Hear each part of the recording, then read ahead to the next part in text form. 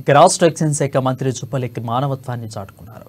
జాతి రహదారిపై ఫిట్స్ వచ్చి పడిపోయిన బాధితులను చూసి అతన్ని హాస్పిటల్కు తరలించారు.